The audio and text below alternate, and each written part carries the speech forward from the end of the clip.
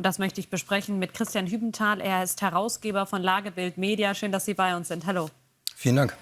Wie belastbar sind denn diese Hinweise, diese Vermutungen, dass es sich bei diesem Brand Anfang Mai in einer Außenstelle des Rüstungskonzerns von Diehl um einen Anschlag gehandelt hat?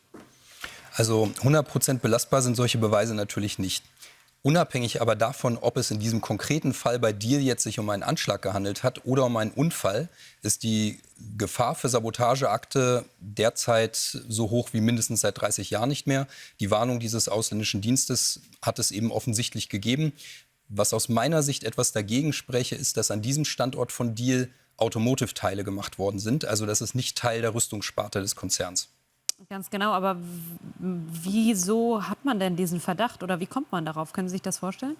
Also natürlich hat Russland momentan ein Interesse, zumindest auszuprobieren, wie man denn in solche Unternehmen reinkommt. Was kann man denn machen? Und es könnte jetzt durchaus sein, dass Russland sozusagen mal getestet hat, weil sie einfach die Gelegenheit an diesem Standort hatten. Wie funktioniert denn das Sicherheitskonzept dieses Konzerns? Mittelfristig hat Russland natürlich ein Interesse, sollte es zu weiteren Eskalationen kommen, auch Munitionsproduktion oder Rüstungsproduktion in Deutschland und Europa zu stören. Haben solche Unternehmen oder eben Werke für Rüstung, Rüstungsproduktionen, wo eben solche Teile für Waffen hergestellt haben, haben die denn aufgrund dieser erhöhten Sabotagegefahr besondere Sicherheitsvorkehrungen getroffen? Die haben ein umfassendes Sicherheitskonzept, das ist völlig unstreitig. Das ist natürlich auch höher als beim normalen Produktionsstandort eines zivilen Gutes. Also höher jetzt als bei diesem, wo dieser Brand war? Mutmaßlich ja. Okay. Wie genau sehen die aus oder wurde das seit dem Krieg noch mal verbessert? Also solche Konzepte sind natürlich ein firmeninterne, Ja. also man veröffentlicht sie natürlich nicht. Aber es gibt natürlich auch bei jedem Mitarbeiter, der in einem Defense-Unternehmen anfängt, gibt es einen Background-Check. Welche Verbindungen hat er, in welche Länder reist er so üblicherweise? Gibt es vorher schon irgendwelche Hinweise darauf, dass der mit einer ausländischen Macht möglicherweise kooperieren wollte?